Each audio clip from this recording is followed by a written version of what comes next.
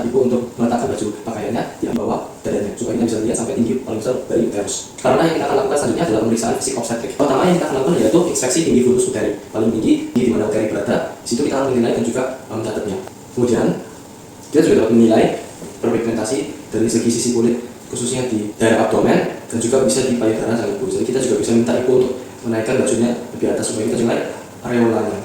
Kemudian kita juga memeriksa apabila ditemukannya strie akibat dari pembesaran uteri sehingga mengakibatkan stretch marks pada kulit. Kemudian kita akan lakukan palpasi untuk menilai keadaan perut, tinggi utus uteri. Menilai apabila ada massa, cairan, apakah adanya ibu pada saat saya melakukan penekanan tadi, dan juga menilai dari reaksi saat kita lakukan palpasi tadi. Komisi ibu, selanjutnya saya perlu menilai dan juga lubang kandung kemih ibu dari luar saja. Saya tidak akan masukkan apa-apa, saya menilai dari luar. Komisi ya bu. Kita akan menilai dengan cara inspeksi labium dan perineum. Kita juga melihat muara uretranya dan juga apabila terlihat adanya floor, albus atau sekret yang keluar dari labium pada vagina ibu. Kita menilai apabila muaranya adanya bengkak, kemerahan, dan juga lihat apabila ada juga demikian di lubang vagina. Saya akan lakukan pemeriksaan vaginal touche, di mana saya akan memasukkan jari saya dalam lubang vagina ibu. Ini tentunya akan kurang nyaman, tapi untuk pemeriksaan ini perlu untuk dilakukan setelah dari pemeriksaan inspeksi labium ibu. Apakah ibu bersedia? Baik, dengan demikian izinkan saya cuci tangan dan juga menggunakan sarung tangan steril ibu. Pastikan kita juga meminta persetujuan lisan. Kita juga memiliki chaperone atau asisten yang akan mendampingi kita saat kita melakukan pemeriksaan supaya ada saksi mata untuk pemeriksaan ini karena bersifat sensitif.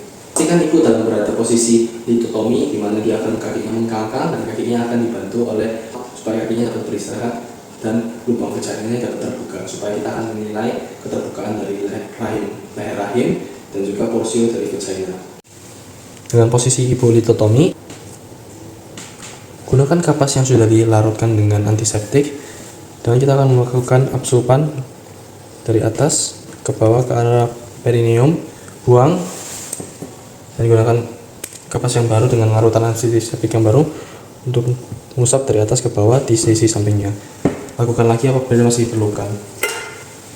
Kemudian yang kita akan lakukan kini, gunakan tangan kiri, jari kiri untuk membuka labia mayora supaya kita bisa masukkan dua jari ke dalam vagina. Pertama, siap bu, tarik nafas. Dan sini kita akan menilai ukuran besar dan konsistensi dari porsio vagina. Rasakan apabila terasa lunak, sisi dindingnya keras atau kaku. Dan kita juga menilai rahimnya, dari rahimnya ujung sendiri porsio ini. Besarnya dan juga arahnya korpus uteri ini kita menilai besarnya sekitar 2 cm. Berdasarkan jari yang saya rasakan di sini, terasa adanya dilatasi daripada ketebalan serviksnya, halus, sedikit, tidak terlalu tebal, tidak terlalu tipis. Dan kita kemudian lepaskan.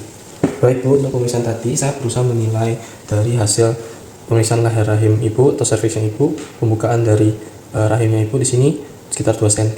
Jadi gini bu, maksudnya dari keterbukaannya sekitar 2 cm, itu berarti ibu dalam proses untuk menjalankan proses persalinan.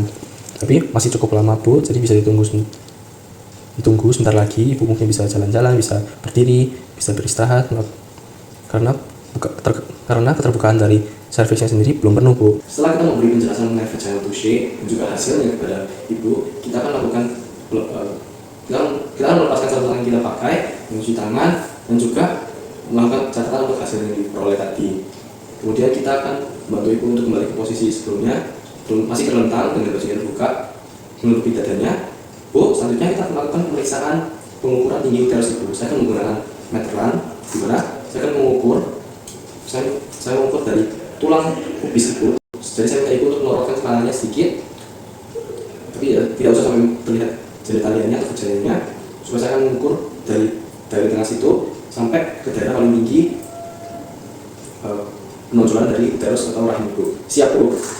Saya akan mulai uterus pubis ke sini. Sebenarnya ibu ini mengatakan bahwa dia sudah selama ini 38 minggu sejak mengandung.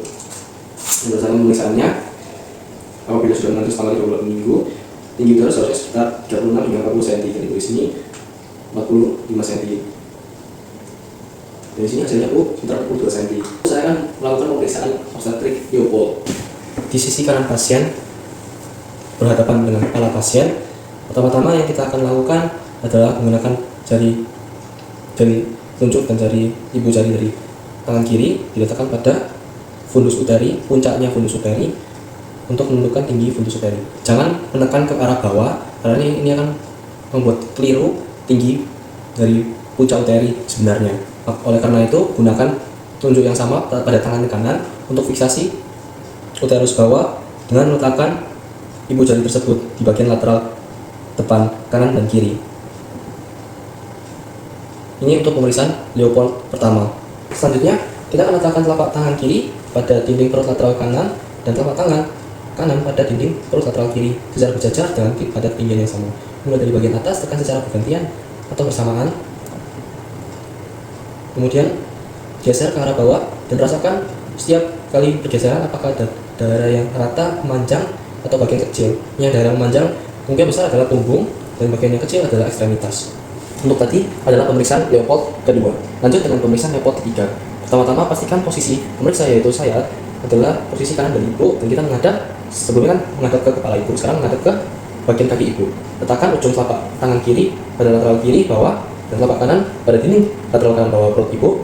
Kemudian tekan secara lembut bersamaan atau bergantian. Ini untuk menentukan bagian terbawah dari bayi.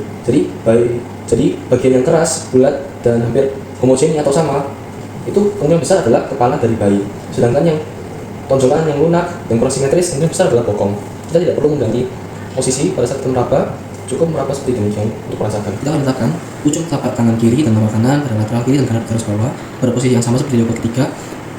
Ujung-ujung jari tangan kanan kiri itu berada di tepi atas simfisis. Kemudian kita temukan ibu jari kiri dan kanan, rapatkan untuk meraba. Yang nanti kita akan gunakan untuk meraba dinding bagian bawah uterus. Perhatikan sudut yang dibentuk oleh jari-jari kiri dan kanan, konvergen atau divergen. Kemudian pindahkan ibu jari dan telunjuk tangan kiri pada bagian di bawah bayi supaya kita bisa menemukan kepala bayi, dan juga melihat apabila itu presentasi atau tidak dengan berusaha untuk memegang bagian kepala dekat leher. Dan kalau misalnya bokong, kita berusaha untuk memegang pinggang bayi. Kemudian fiksasikan bagian tersebut ke arah pintu atas panggul. Kemudian letakkan jari tangan kanan di antara tangan kiri dan simfisis untuk menilai seberapa jauh sudah masuk ke dalam panggul. Untuk pemeriksaannya sudah selesai, tinggal pemeriksaan terakhir yaitu pemeriksaan denyut detak jantung bayi. Di sini saya akan menggunakan stetoskop monoaural yang saya akan letakkan pada uterus atau rahim ibu, yang saya akan letakkan di atas perut ibu untuk mendengarkan detak jantung, denyut jantung dari bayi ibu yang berada di dalam rahim. Saya akan hitung selama 5 detik, kemudian nanti ada jeda 5 detik lagi, kemudian saya hitung lagi selama 5 detik, saya lakukan ini selama 3 kali, nanti saya akan hitung denyut jantung bayi ibu. Nah, karena nanti posisinya punggungnya bayi ibu menghadap ke arah panggul bawahnya ibu, nah saya akan letakkan di sini dengan pengingat saya akan menghitung ya bu. Saya akan mulai ya, ini siap bu, ibu santai saja, ibu bisa mulai ke kanan, ke kiri, atau ke atas.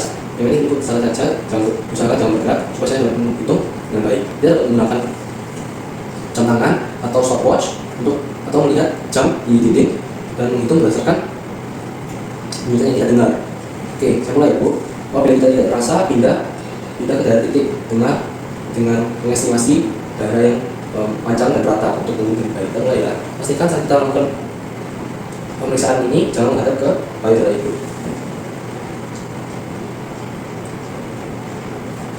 Setelah kita dengarkan untuk tadi, setiap 5 detik tadi saya mendengarkan ada 10 denyutan.